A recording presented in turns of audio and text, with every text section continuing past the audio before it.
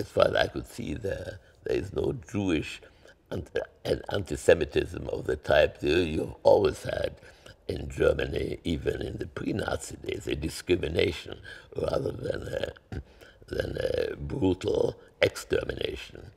And I ascribe this to a large extent to the inherent decency of the Bulgarians, because there was no history of anti-Semitism when I came here in the 1920s and 30s, when in the surrounding countries you had plenty. In Romania, you had it in Greece, you certainly have it in Poland and in Russia, you know, where there are many Jews, but violent anti-Semitism, pogroms and things like this, which never occurred here. And of course, I've never forgotten that all the Bulgarian Jews survived the Holocaust times. But it was the Bulgarian citizenship that, of course, saved me immediately, because I then, you know, mostly Jews had to, of course, wear the Star of David, and I always wore a Bulgarian flag here.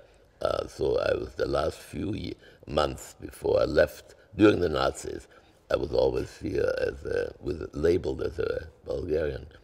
I then came to Sofia. My mother went to London to wait there for an American visa, and I spent about 14 months, a little bit over a year, here in Sofia. And my father put me into the American college here in Simeonovo, which at that time was probably the best gymnasium in Bulgaria, certainly in Sofia. And it was a boarding school, so I lived there, all with Bulgarian students. And I would say that was, as I remember it, probably the happiest year of my youth. I liked everything about Sofia. I have now a stiff leg, as you can see. I'd have to sit like this from a skiing accident. Yes, the skiing accident comes from here. It was on a Vitosha. Near Simeonovo, when I, went to school. It was not a very serious accident at the time, which became much worse and then had to be operated when I was in the United States. But it's relevant to one thing, because it kept me out of the army. I would have otherwise been in the American army, but it was not accepted because of my knee. Anyway, so I went, spent that year here and learned Bulgarian again. But unfortunately, then I didn't speak it for half a century, and again forgot it. And I always tell people, I've now told it several times in the last few days, and they always laugh.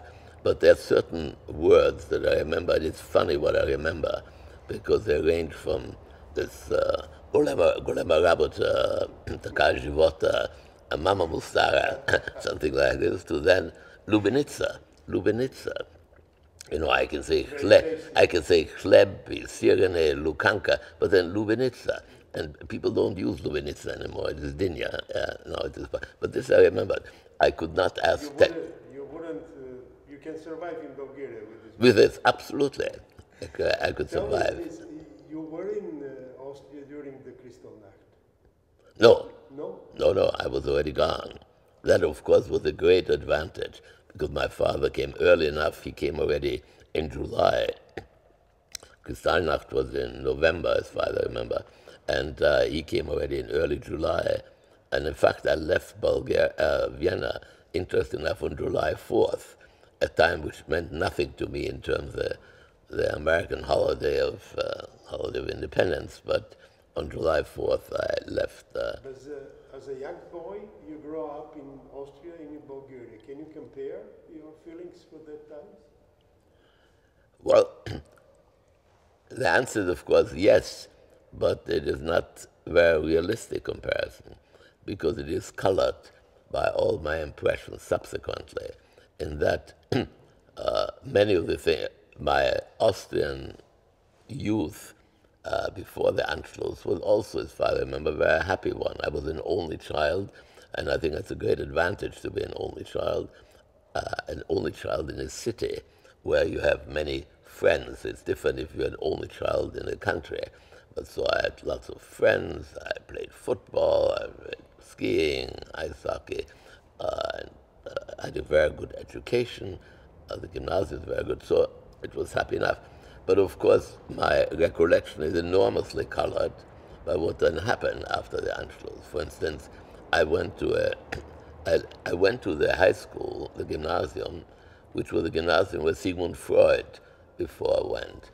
And it was basically in the Jewish part of Vienna, the second district, Leopoldstadt. And in our class, there were probably, I would say, 35 or 40% of the students were Jewish. And until that time, we were all one happy group. Well, right after, not Kristallnacht, but after the Anschluss, we were already sort of separated. These were the Catholic students and these were the Jewish students. But we didn't feel very threatened because there were lots of us. You know, if I were the only Jewish student, it would have been very tough. But of course, I was surrounded by many other Jews. For instance, I belonged to the Boy Scouts, but in our Boy Scout group, virtually all of the troop members were Jewish. So you felt protected. You were part of the tribe, you might say. But if you ask me if I now compare Bulgaria and Vienna, I have, of course, subsequently very bitter recollection about Vienna, and I have only sweet recollections about Bulgaria. I had a very good time here. I had very good friends. I had a very large family because my father had 4 brothers and a sister, and they each had children.